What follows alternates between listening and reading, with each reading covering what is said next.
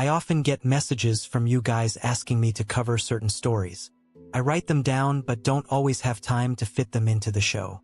Today, I'm going to cover 5 of the creepy and strange stories you've asked about. Thanks for the suggestions, I hope you enjoy it. There are 5 true crime cases you requested.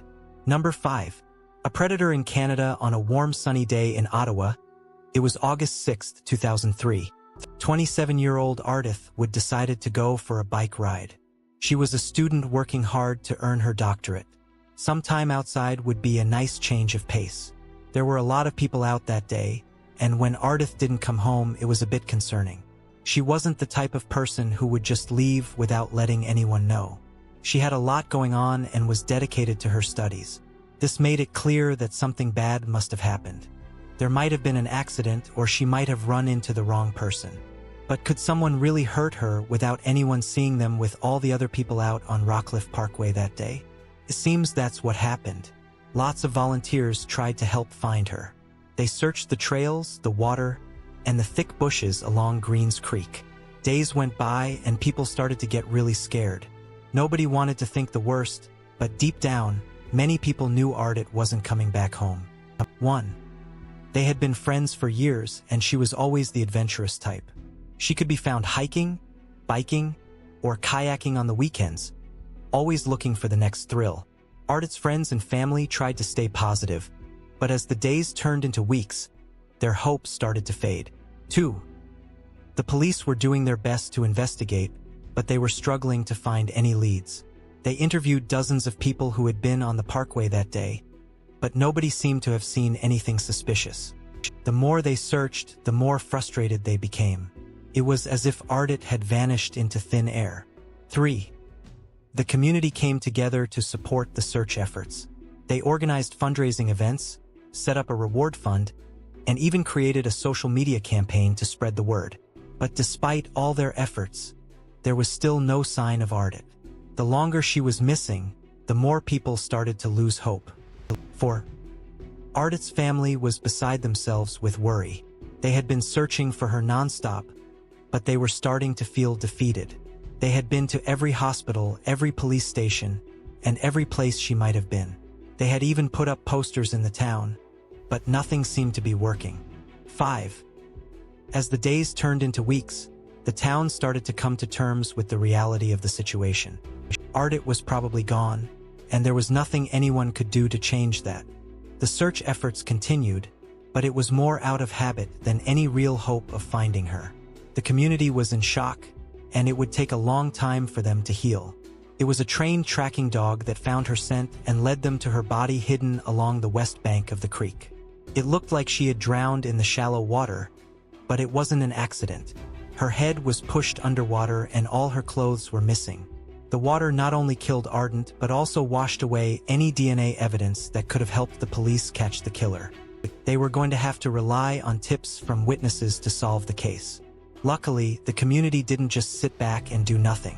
They wanted to make sure that a person like this wasn't allowed to continue causing trouble in their streets.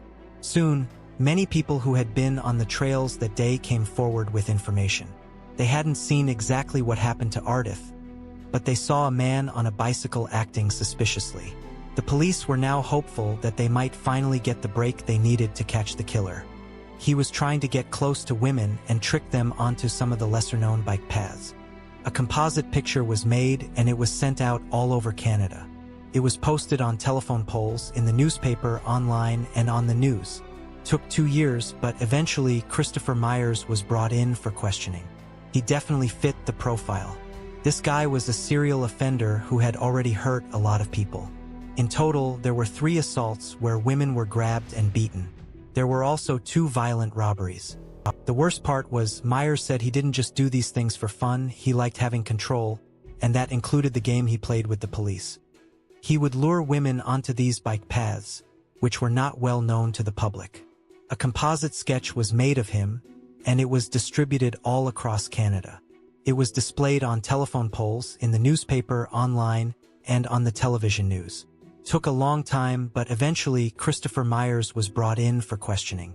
He matched the description of a serial predator who had already hurt a number of people. In 3 separate incidents, women were attacked and beaten. There were also 2 violent robberies. The most disturbing aspect of this case was that Myers admitted he didn't just commit these crimes for his own pleasure, but he also enjoyed the control he had over the situation, including the cat and mouse game he played with the authorities. That's why at first he tried to tell a different story about what happened on that day. He claimed that he and the woman, Ardith, had met, walked together, and that she fell after they kissed. He said he panicked and ran away, only to return and find her dead. But the truth was much worse than that. He had actually killed her by drowning her. In January 2008, he pleaded guilty to second-degree murder. Because of his crime, he was sentenced to life in prison, with no chance of getting out for at least 10 years.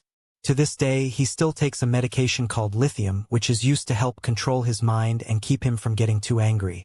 But experts have done tests and they say he's still a big risk to hurt people, which is why he'll probably never be released from prison. 4. A teacher's mysterious end. This woman changed the lives of many young people. She was a teacher who found special ways to connect with her students and help them learn and grow. She would often challenge them to play basketball together as a way to help them make good choices and stay on the right path. Charlene Thigpen was well-liked and respected by everyone. Every morning, she would walk into the classroom looking ready to start her day. But one day, she just stopped coming, and people started talking about what might have happened. On February 27, 1992, Charlene was last seen driving in Wilmington, North Carolina. She was heading north on Kerr Avenue. Behind her, another car was following closely. It was a blue 1990 Mazda 626. That car belonged to her husband, Oliver. Some days later, her car was found parked in a parking lot near Hellu Market. It looked like she had left it there and gotten into another car with someone she knew. But who was it? There was nothing inside her car to suggest anything terrible had happened, and all her personal belongings were still there. Oliver was asked about that night, but he said he didn't know what had happened. He claimed they had separated on the road, and she had gone to run some errands. He didn't know where she was going or why. Some weeks went by, and then on April 23rd in Brunswick County, a group of state workers cutting grass near power lines along Highway 7476 came across something in the overgrown bushes. It was an old sofa that had been discarded. As they moved the debris out of the way, they found 2 large trash bags underneath. Inside the bags were the badly decomposed body parts of Charlene. Her remains had been left outside for so long that it was hard for medical experts to figure out what exactly caused her death. There were some signs of damage to her neck, possibly indicating that someone had strangled her. But in the end, they couldn't say for sure. Whatever had happened, it was clear that someone had gone to great lengths to hide her body. The discovery of Charlene's body shocked the people at Myrtle Grove Middle School where she worked. She was one of the good teachers, so something like this really shook everyone's trust in their school and in life itself. It can feel really secure and predictable most of the time, but in a split second, everything can change and the appearance of safety can come crashing down. It can take a while to rebuild that sense of security. What helps is finding some answers. However, in this case, there are none, making it much harder to move forward. She never spoke badly about anyone. She was a devout Christian woman who was very involved in her church. You're left feeling stunned and confused by how someone could do this to her. From the very beginning, the fact that she was last seen with her husband Oliver raised a lot of suspicions right away. It made people wonder what was going on in their marriage. Were there any signs of tension or problems? It's always really hard to know what's really going on behind people's closed doors. The authorities have never publicly named a suspect, but they haven't cleared Oliver Thigpen of suspicion either. His car was seen following Charlene's the night she disappeared, and he was the last known person to be with her. Despite all of this, no arrest has ever been made. The place where her car was found, the Hellu Market on Princess Place Drive, is an area of town known for problems with the law, so it's possible that someone took her against her will, or maybe she was even forced out of her car by someone she knew. There were no cameras or people who saw anything, so we can't know for sure what happened. To this day, detectives are still looking for anyone who might have seen something that night. Charlene's death is not forgotten. Every year, Myrtle Grove Middle School gives an award to honor a student who has the same qualities as Charlene, like being kind, working hard, and being a leader. And if you have any information, no matter how small, you can contact the Brunswick County Sheriff's Office. 3. Holly Brannigan on March 28, 1979, in Bethlehem, Pennsylvania, 17-year-old Holly Brannigan was at her family's home, talking to a friend on the phone. There was a knock at the door, so she said she'd call back and hung up the phone. That was the last time anyone would talk to a high school senior again. More than 11 hours later, Holly's younger brother Sean made a shocking find. There on the kitchen floor, lying in a pool of blood, was Holly, with a big kitchen knife still stuck in her back. His crime had all the elements of a scary movie. A popular teenager brutally killed in her own home, a killer who got away, and a grieving father in Richard, who was already a widower, would be hit with another big loss, and just months later, Sean was also killed in a gas station explosion. And 2 children gone, the family was destroyed, and a case that would go cold. And for over 40 years, Holly's case has not been forgotten. The internet has brought new life to the mystery, and armchair detectives are looking at all the details. True crime forums have been filled with theories. So much so that even today, police are still getting tips in the case. But from the very start, mistakes were made. More than 11 hours had passed since anyone had seen Holly. Her younger brother Sean made a terrible discovery. There on the kitchen floor, lying in a pool of blood, was Holly. A big kitchen knife was still stuck in her back. Sean's crime had all the elements of a scary movie. A popular high school student, brutally killed in her own home, a killer who got away, and a grieving father, Richard, who was already a widower, would be hit with another big loss. Just months later, Sean was also killed in a gas station explosion.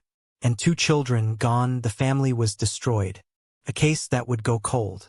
For over 40 years, Holly's case has not been forgotten. The internet has brought new life to the mystery. Armchair detectives are looking at all the details. True crime forums have been filled with theories. So much so that even today, police are still getting tips in the case. But from the very start, mistakes were made. Holly's brother Sean found her in the kitchen. She was lying in a pool of blood with a big knife in her back. The case against him had all the elements of a horror movie. A popular teenager killed in her home, a killer who got away, and a grieving father who was already hurting. Richard, Holly's father, would be hit with another big loss. Just months later, Sean was also killed. The family was destroyed, and the case went cold. For over 40 years, people have not forgotten about Holly. The internet has made the mystery come alive again. People are looking at all the details and making theories. So much so that even today, police are still getting tips. But from the very start, mistakes were made. The family was in shock when they found Holly on the kitchen floor. She had been stabbed with a big knife. The case against her brother Sean had all the elements of a scary movie. A popular teenager killed in her own home, a killer who got away, and a grieving father who was already a widow. Richard, Holly's father, would be hit with another big loss. Just months later, Sean was also killed in a gas station explosion. The family was destroyed, and the case went cold. For over 40 years, people have not forgotten about Holly. The internet has made the mystery come alive again. People are looking at all the details and making theories. So much so that even today, police are still getting tips. But from the very start, mistakes were made. The family was in a state of panic when they found Holly on the kitchen floor. She had been stabbed with a big knife. The case against her brother Sean had all the elements of a horror movie. A popular teenager killed in her own home, a killer who got away, and a grieving father who was already a widow. Richard, Holly's father, would be hit with another big loss. Just months later, Sean was also killed in a gas station explosion. The family was destroyed, and the case went cold. For over 40 years, people have not forgotten about Holly. The internet has made the mystery come alive again. People are looking at all the details and making theories. So much so that even today, police are still getting tips. But from the very start, mistakes were made. The police were called to the scene when Holly was found. She had been stabbed with a big knife. The case against her brother Sean had all the elements of a scary movie. a popular teenager killed in her own home, a killer who got away, and a grieving father who was already a widow. Richard, Holly's father, would be hit with another big loss. Just months later, Sean was also killed in a gas station explosion. The family was destroyed, and the case went cold. For over 40 years, people have not forgotten about Holly. The internet has made the mystery come alive again. People are looking at all the details and making theories. So much so that even today, police are still getting tips. But from the very start, mistakes were made. The police investigation into Holly's death was not perfect. They made mistakes from the very start. Despite this, the case remains unsolved. The family was destroyed when Holly and her brother Sean were both killed. Holly was stabbed with a big knife in her own home, and Sean was killed in a gas station explosion just months later. The case was a horror story come true. A popular teenager killed, a killer who got away, and a grieving father who was already a widow. The case has not been forgotten, thanks to the internet. People are still looking at all the details and making theories. So much so that even today, police are still getting tips. When Holly's body was discovered, a large number of officers rushed to the scene. Unfortunately, some of them didn't have a reason to be there. Given that Bethlehem was a quiet town, incidents like this were extremely rare. As a result, traffic cops, detectives, and even the coroner were all called to the scene. Many of them didn't wear gloves, and it wasn't long before evidence was disturbed. Chairs were moved, and objects were picked up and put back down. This wasn't done on purpose, but it was careless. At the time, DNA analysis wasn't available. The investigation mainly relied on blood typing, fingerprints, and good old-fashioned questioning. The knife that took Holly's life has been tested for DNA ever since the crime, but no significant breakthroughs have been made. The fingerprints found at the scene were re-examined, but no matches were found. Unfortunately, the evidence that was stored incorrectly has also deteriorated over time. 1. The police initially collected fingerprints from Holly's apartment and the surrounding area. They also collected some hair samples and a few strands of fabric caught in the window latch. All of this was sent to the lab for analysis. However, the results were inconclusive, and no matches were found. 2. The police also interviewed all of the people who had been at Holly's apartment on the night of the murder. They asked questions about their whereabouts and their alibis, but no one seemed to have been in the apartment at the time of the murder. It was as if the killer had vanished into thin air. 3. The police also looked at Holly's background and questioned her friends and family. They wanted to know if anyone had a motive to kill her, but they couldn't find anyone who had a reason to want her dead. It was as if the murder was a random act of violence. 4. The police also looked at the evidence and tried to piece together what had happened. They looked at the position of the body, the location of the knife, and the state of the apartment. But they couldn't find any clues that would lead them to the killer. It was as if the killer had left no trail of evidence behind. 5. The police were stumped. They had no leads, no suspects, and no idea who had committed the crime. They were at a dead end, and they didn't know how to move forward. They were starting to think that the case would never be solved. 6. Years went by and the case remained unsolved. The police had all but given up on solving it. They had tried everything they could think of, but they had come up empty-handed. The case had gone cold, and it seemed like it would never be solved. But the police never gave up. They kept re-examining the evidence, looking for any clue that might lead them to the killer. And they never stopped investigating. They kept following leads, no matter how small they seemed, hoping that one day they would find the person responsible for Holly's murder. We were really trying to see if we could get any DNA from the knife, and we sent it back to the FBI lab in Virginia, but we weren't able to do that. Even though the trail has officially gone cold, the interesting part of this case is that authorities think they actually know who killed Holly. They just can't prove it. They have a suspect, the person they strongly believe was responsible, but the problem is the evidence is only a hint. And with each passing year, that suspect, who has never been named, remains free. At one point in the case, investigators looked at 6 potential suspects. They were both men and women, classmates and neighbors, and one by one, all of them were ruled out except for one. For many years, people talked about a grandfather clock that stopped at the moment of Holly's death, 520. This is one of those details that people love to look into online, but in the end, it might not be important at all. The clock in question was a small cuckoo clock located in the kitchen. It's unclear whether it stopped at 5:20 in the morning or in the evening. It's also possible that it has no connection to the murder at all. However, over the years, the story has taken on a life of its own and added to the eerie mystery surrounding Holly's final moments. As for her father, he had to come to terms with letting go of justice. He remarried and tried to move on, but never stopped searching for the truth about what happened to his daughter. He was determined to find some closure, and that's what I'm hoping for when I'm gone. That's it. Maybe when I'm gone, I'll find out the truth upstairs. When Richard passed away in 2016, he still didn't know who took his daughter's life.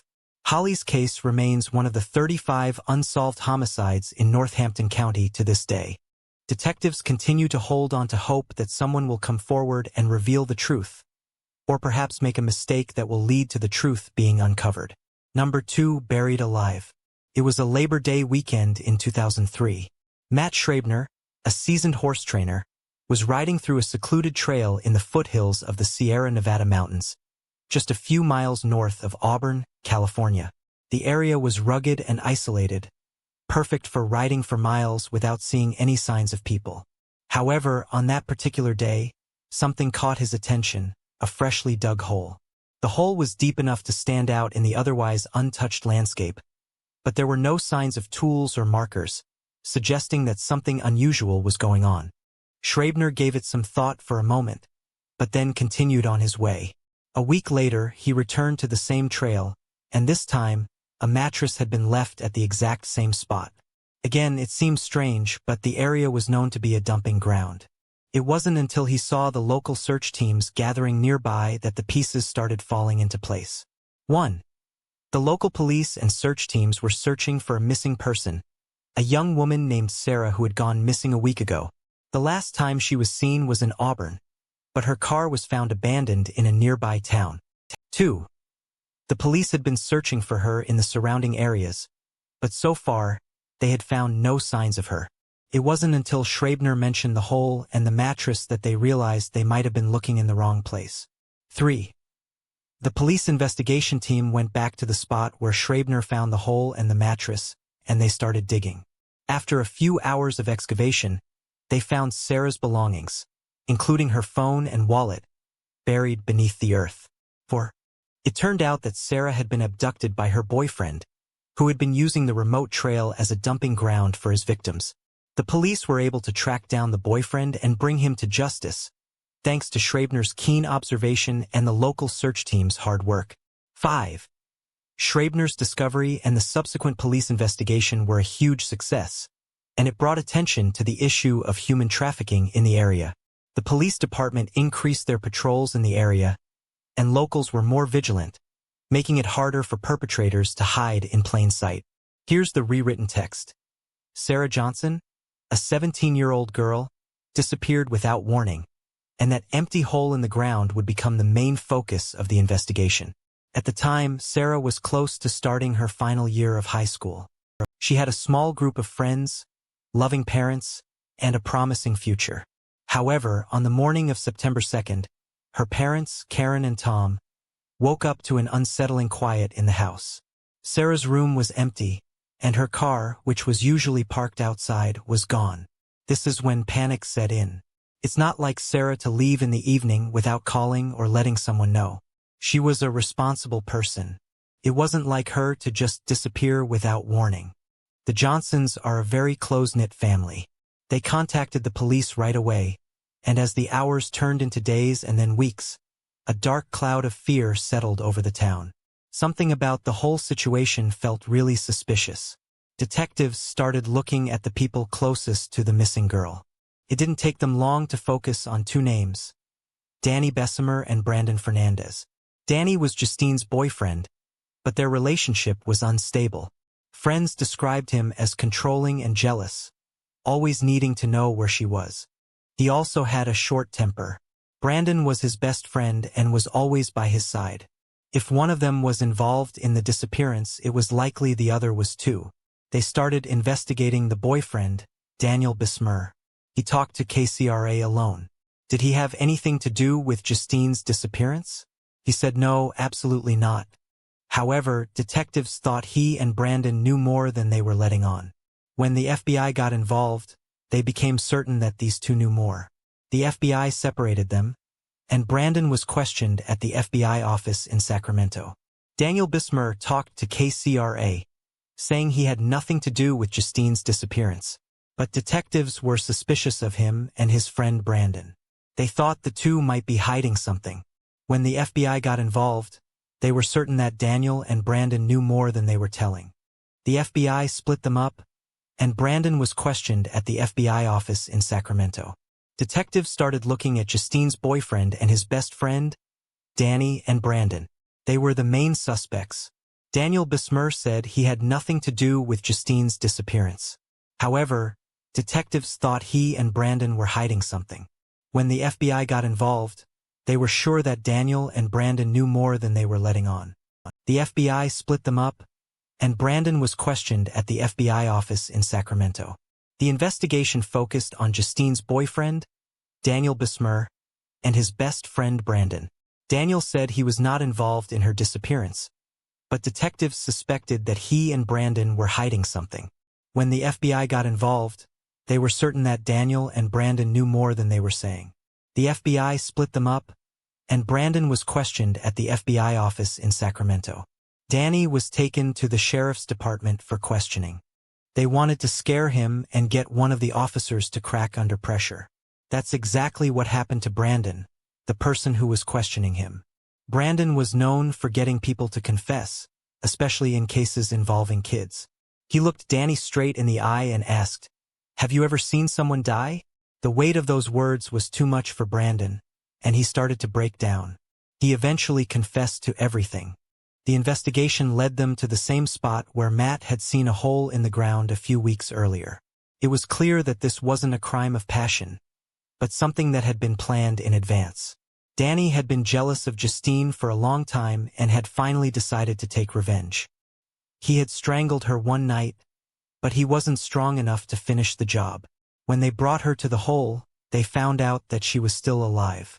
The fact that the hole had been pre-dug told them that Danny had planned this in advance. It wasn't just a random act of violence, but a carefully thought-out plan. Danny had been tired of feeling jealous and had decided to take matters into his own hands. He had strangled Justine, but he hadn't meant to kill her. When they brought her to the spot where Matt had seen the hole, they found out that she was still alive. The autopsy showed that she had died alone, trapped, and fighting against what was going to happen. She was buried under the dirt and had taken her last breaths. Danny admitted that he had strangled his girlfriend, but he tried to blame someone else, saying that Brandon was the one who had planned it all. Brandon said the opposite, but at the end of the day, Justine was still dead. Both of them played a part in making sure she would never come home. As a result, Danny got 25 years to life in prison, and Brandon got 15 years to life in 2018. However, California changed its laws, and now Brandon is trying to get out of his sentence. He claims that he was not involved and was even threatened by Danny. It's hard to know how this will all turn out, and we'll have to wait and see. Number 1. Angelica Sandoval. On the night of February 23, 2011, in Alamosa, Colorado, 21-year-old Angelica Sandoval drove into her home's driveway. Word count: 276. She had just finished doing her laundry and was taking care of her 1-year-old daughter. She unbuckled the baby from her car seat, took some laundry inside, and headed back out to get the rest. About 15 minutes later, her brother inside the house realized she hadn't come back. This was unusual, so he went to check on her. He expected to find her on the phone or dealing with the laundry, but instead, he found a strange and quiet scene. Her car door was wide open with the keys still in the lock. Her purse was left behind, with its contents spilled out all over the seat and floorboard, as if someone had knocked it over. Her cigarettes and other essential items, which she never left at home, were still inside the house. It was unlike Angelica, a single mother who loved her child very much, to walk away from her baby. However, Angelica was indeed gone, and she has never been seen again. When you look at what she had planned on the calendar in just 10 days, things were really starting to add up, even though they weren't proven yet. See, Angelica had a target on her back because in just over a week from that day, she was due to give evidence in a very important trial. She was going to tell the court about José Luis Meraz, a man she knew.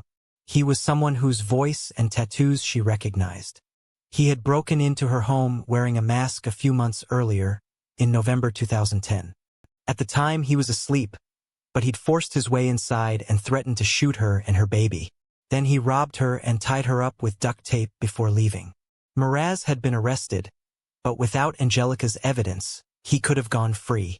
He was facing serious charges including kidnapping, robbery, and hurting a child. If she didn't testify against him, the case would fall apart. When she vanished, the case against him fell apart too, and all the charges were dropped.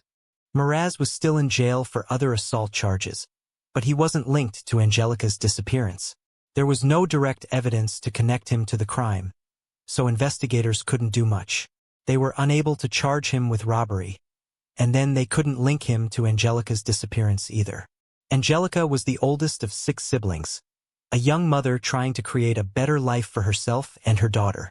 She worked as a waitress and struggled to balance her life, just like many others. But in a matter of minutes, her story became a small-town mystery. My niece, Angelica Sandoval, was a wonderful person who left behind a beautiful daughter. We miss her a lot and have a big family that misses her too. We need help and we're keeping our faith, and we hope she'll be found someday. Her mother is now raising the daughter she had left behind. Angelica's name is still mentioned and remembered in Alamosa, and her case remains unsolved. If you have any information about the disappearance of Angelica Sandoval, now's the right time to share it. There are people out there who know exactly what happened that night, and it's time the truth comes out. I've got 5 true crime cases for you that you requested. Thanks for watching. If you'd like more content like this, be sure to subscribe and turn on notifications so you know when we post new episodes. We're putting up new content every week, 2 episodes at a time. Thanks again for stopping by. Take care out there and I'll catch you later. 1. The disappearance of Maura Murray. Maura Murray was a 21-year-old nursing student who vanished after a car accident in Haverhill, New Hampshire. Despite numerous investigations and tips, her disappearance remains a mystery. 2. The disappearance of Tara Calico. In 1988, 19-year-old Tara Calico disappeared while out on a bicycle ride in Belen, New Mexico. Her disappearance has left many questions unanswered, and the case remains unsolved to this day. 3. The disappearance of the Sauter children. On Christmas Eve in 1945, a fire destroyed the Sauter family's home in Fayetteville, West Virginia. 5 of the 9 Sauter children were missing, and despite a thorough investigation, their bodies were never found. 4. The disappearance of the Beaumont children. In 1966, 3 siblings, Jane, Arna, and Grant, disappeared while on a trip to the beach in Adelaide, Australia. Despite numerous investigations and tips, their disappearance remains a mystery. 5. The disappearance of the Lyon sisters. In 1975, 2 sisters, Catherine and Sheila, disappeared while walking home from an ice cream truck in Wheaton, Maryland. Their disappearance has left many questions unanswered, and the case remains unsolved to this day. These cases are just a few examples of the many true crime cases that remain unsolved. If you have any information about any of these cases, please come forward and share it with the authorities.